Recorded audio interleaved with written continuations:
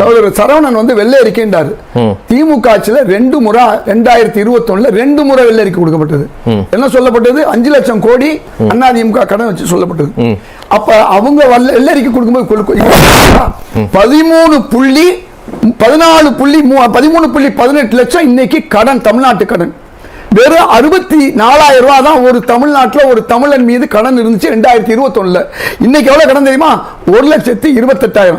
அப்ப வெள்ளை அறிக்கை வர்றதுனாலதான் அது தெரியுது. அப்ப நீங்க வெள்ளை அறிக்கை வந்து கொடுக்க கூடாதுன்னு சொல்ல முடியாது. ஏன்னா நீங்க 2 தடவை கொடுத்துருக்கீங்க. அன்னைக்கு இருந்த நிதியமைச்சர் கொடுத்திருக்காரு. பிடிஆர் யாருக்கா கொடுக்க வேணாம்னு சொன்னது? கொடுக்க வேணாம்னு சொல்ல. இங்க வெள்ளை அறிக்கையா வெள்ளை அறிக்கை என்ன இப்பதான் மடைமாற்றுவதற்கு பண்ணாங்கன்னு சொல்றாங்க. ஏன் மடைமாற்றினாது? அவங்க காலத்துல அது செய்யறாங்க. இன்னைக்கு அதிக கடனை வந்து வாங்கியிருக்காங்க திமுக ஆட்சியில, அதுவும் 25ல தான் அதிகமா வாங்கியிருக்காங்கன்னு ஆதாரமா கொடுத்திருக்காங்க.